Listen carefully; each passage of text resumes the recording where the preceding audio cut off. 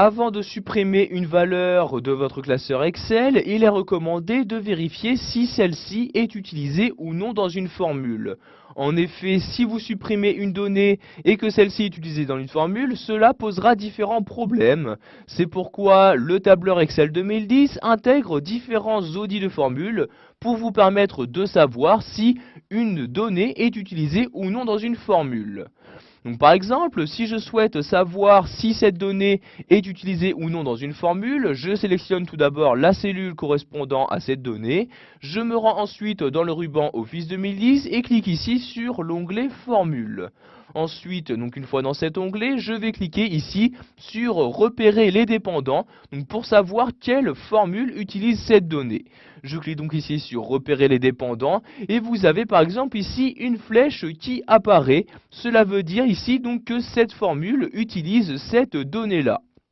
Donc en effet, si je regarde en cliquant sur la formule, vous pouvez voir ici donc qu'il s'agit bien donc ici de la donnée de la colonne totale des achats qui est utilisée pour cette formule. Donc cette donnée fait bien partie de cette colonne.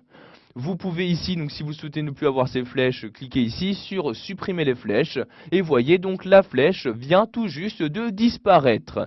Donc vous pouvez faire ceci pour toutes les données, par exemple celle-ci, je la sélectionne, je clique ici sur repérer les dépendants et de même vous pouvez voir que cette même donnée est utilisée dans la même formule pour afficher le total général des achats. Donc je vais de nouveau cliquer ici sur supprimer les flèches. Nous allons maintenant voir que vous pouvez effectuer l'inverse, c'est-à-dire à partir d'une formule, savoir quelles données sont utilisées. Donc je vais pour commencer prendre cette formule-ci, je clique donc dessus, et donc pour savoir quelle donnée est utilisée par cette formule, je clique en haut ici, cette fois-ci sur repérer les antécédents.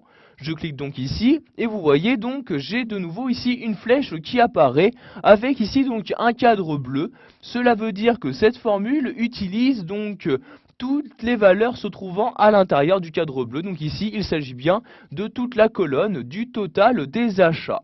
Donc ici, je vais faire de même par exemple pour cette formule. On voit ici la formule recherche V. Je veux savoir quelles données sont utilisées pour avoir le résultat de formule. Je sélectionne donc la formule en question. Je clique ensuite sur repérer les antécédents. Et voyez de nouveau, j'ai bien des flèches qui apparaissent. Donc toujours ici la flèche bleue pour m'indiquer qu'il s'agit de cette cellule qui est utilisée pour ce résultat de formule. Et vous avez ici cette fois-ci donc une flèche noire en pointillé qui apparaît. Cela veut dire que pour cette formule, il y a des données présentes dans une autre feuille qui ont été utilisées.